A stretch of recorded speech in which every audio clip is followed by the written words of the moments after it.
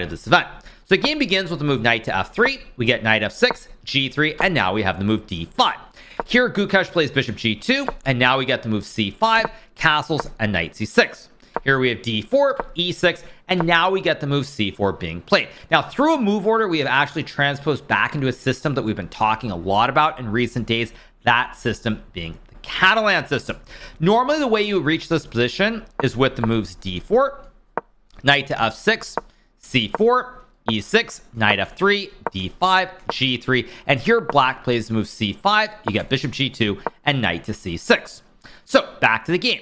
We reach this position via transposition here after c4, and now we get the move pawn takes pawn. Gukesh plays queen to a4, and now we get the move bishop d7. If black were to play the move pawn takes pawn on d4 here, white can take the pawn, and suddenly there's all kinds of pressure on these two diagonals with the queen and the bishop. Anish goes bishop d7. We got pawn takes pawn, bishop takes pawn, and now we have the move queen takes c4, and Anish goes bishop e7. Now at this point, it's a pretty stable position. Both sides have mostly finished their development. Material is even. So a lot of what this game is going to hinge upon are the open C and D files combined potentially with this Catalan bishop on g2. So we get the move knight c3, castles, e4 played here by Gukesh, and now we get the move rook c8. Gukesh goes queen e2, and Anish plays the move bishop c5. Now, at this point, it's very clear that both players are well within their preparation, Anish having used pretty much no time, and Gukesh having used 10 minutes. Now, it's a little bit surprising to see on the one hand because Gukesh is coming off the World Championship match, which he dominated. I get maybe dominate is the wrong word, but he did dominate in terms of opening preparation, I should say. So it's a little bit surprising that it seems he's a touch out prepared in this game. So we get the move bishop g5. Anish plays h6, and now Gukesh goes for the very enterprising move bishop h4. Now, it's clear that in this position, Gukesh was out of his preparation after bishop c5 because, as you can see from the clock, he's an hour 30, but after this move bishop g5, he has 55 minutes, meaning that he spent 35 minutes on this move alone. But Anish plays h6, and now we get the move bishop h4, and it's very clear to me that for Gukesh, having won the world championship title, he feels a little bit free to experiment, and he decides to go for the semi-bluff here with this move bishop h4. Now, I also think one of the reasons Gukesh played bishop h4 in this game is that after bishop c5, he was out of preparation. And generally, when you're out of preparation early in the game, your assumption is that if your opponent plays a move which is not in your file, it's not the absolute best computer move. So there's probably something wrong with it, and you look for a way to punish it.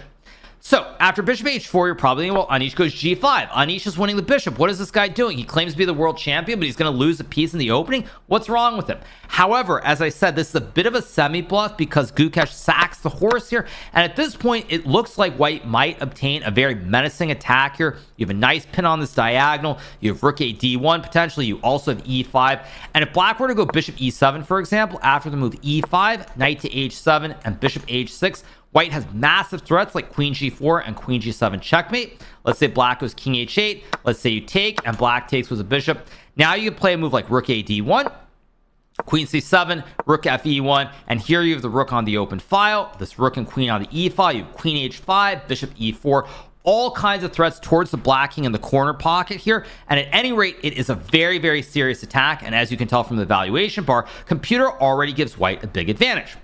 Now, in this position, after bishop takes g5, Anish plays this move e5. And I also kind of wonder if on some hand, it's possible that Gukesh simply didn't see this move because he might have thought, well, why don't I just go knight d5 and win the knight?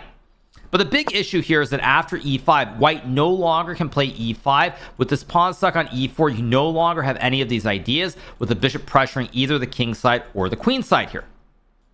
And so, as I was saying, you might be thinking, well, knight d5, right? But after knight to d5 here, black can simply play the move bishop to e7, protecting the knight, and you remain down a piece. Additionally, after the move e5 is played, black now can create the bastion with knight to d4, but you also have opened up the scope for this light square bishop as well by pushing the pawn forward. So Gukesh plays the move queen to d2. Anish goes bishop to e7. Important move because if you were to play a move like bishop e6, for example, white just trades the queens, takes the knight, and now white is much better. And if you play a move like, let's just say a6, for example, white can trade the bishop for the knight, take the bishop on d7, and once again, white is ahead in material and should go on to win the game. Therefore, we get the move bishop to e7 played by Anish, and now Gukesh goes bishop h6.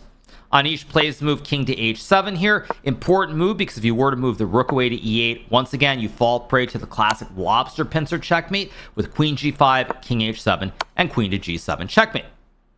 So Anish goes king h7, sacking the rook. We get bishop takes rook. Anish plays the move bishop takes bishop, and now we get the move f4 being played.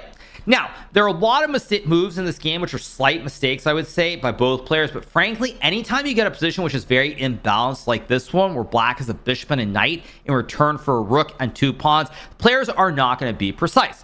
Now, this is a very important point because a lot of times players' style dictates how accurate they can be. If you play a lot of boring and dry positions like the traditional Catalan, or you play something like the Rui Lopez Berlin variation, you're always going to be very accurate. But when the position gets dicey and chaotic and tactical, this is where computers show just how ridiculously bad we as humans are at the game of chess. So we get bishop f8, f4 being played. Computer, by the way, doesn't like f4 that much here. It wants white to go rook a d1, but I suspect that at this point Gukesh thought, like a human, that here he has a rook and 2 pawns for the bishop and knight, and if black can ever get the knight to d4 or consolidate his position with, say, bishop to e6 and bishop g7, only black can be better here. So he thought, you know what, let's try to attack because I have the rooks, I have an open